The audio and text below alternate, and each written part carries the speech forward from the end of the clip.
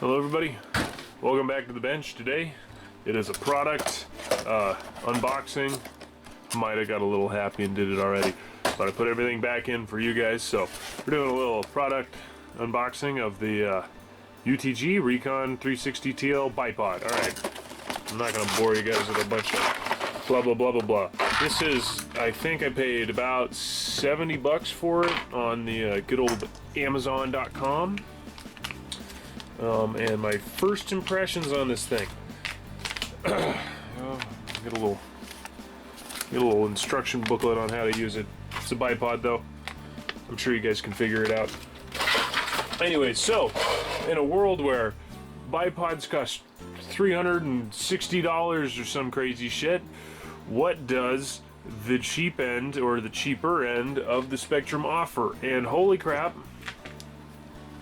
looking online on Amazon, I thought this was a polymer, like at least like a polymer cover, you know, like over like maybe some little steel tubes or something, but everything here that you can see except for the feet is aluminum, and it's like, it feels pretty dang stout.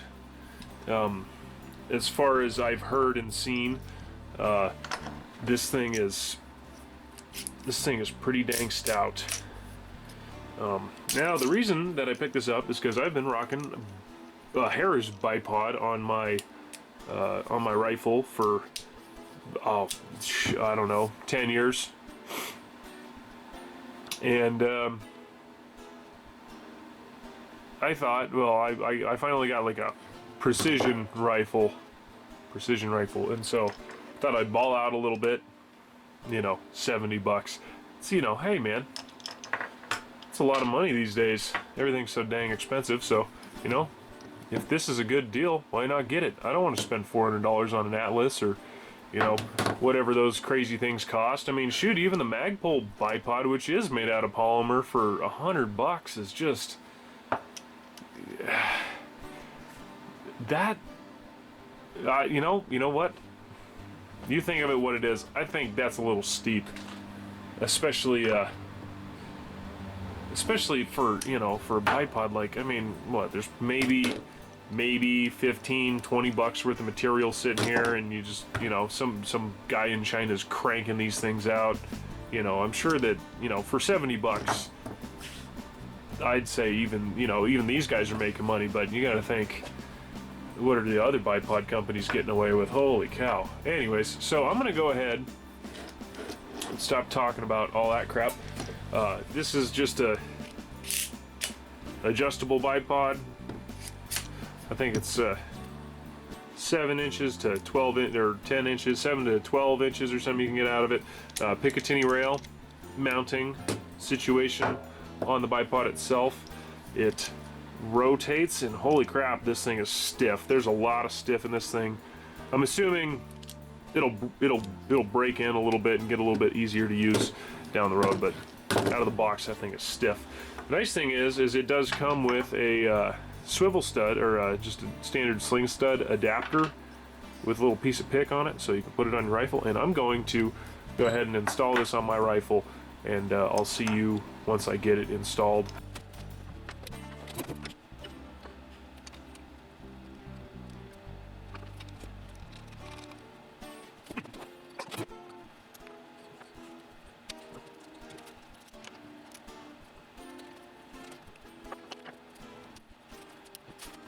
Alright, and we are back. I just threw this on real quick. Little tip, I had a punch sitting around that was like the right size for the little holes on the nuts, on this nut here for the pick rail adapter, and it also worked for the thumb screw on the actual bipod, just to help tighten it up. So I got it on there pretty secure, and this thing has an adjustable like tension lever, but I mean the tension is already so high right now that I'm keeping it on all the way on the negative just until it breaks in. Oh yeah, that's pretty good articulation. I like that. Okay, so, oh yeah, Oh, I definitely like this. See, the reason, I think the number one reason that I really, or that I really wanted to replace that Harris, actually two main reasons. The first reason is adjusting the legs on my Harris. I don't know why. It's such a pain in the ass. They're spring loaded, so they either, like, you pull them out and they click, or they shoot back up into them and you got to use a little thumb screw. And when you're out at the range, you know, and you're trying to make micro adjustments while working a thumb screw, super pain. So these ones, just being able to, you know, oh, I just need to get up a little bit, boom. And then on top of that, if I'm not on level ground, which I'm often not, I mean, even just that little bit of wiggle right there, that is awesome. And I can pivot. It feels great so far. This feels wonderful. Go ahead and put a little tension in there. Okay, yeah. I think I'm probably gonna find myself resting kind of forward like that. I mean, there's a little bit of creak, but that's mainly the this pick adapter.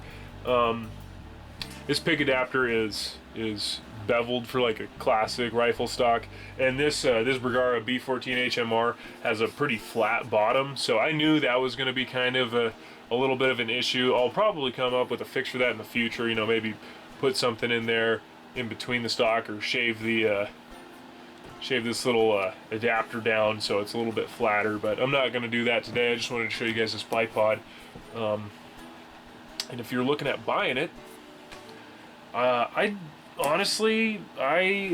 say you could do a lot worse for a lot more money. I think this is a really good deal. Also, just so that people, if you're curious, it does have these little locking things here too, so you can't, you know, crank them around. Although I'm not finding an issue with the ratcheting there, so that works nice. It does have the 45-degree rest option like that, which, wow, that feels super plannable. I'm not sure how hard I would lean on this thing, but God, I'm putting some force on that. I mean, it's not flimsy. I'd say there's definitely a little bit of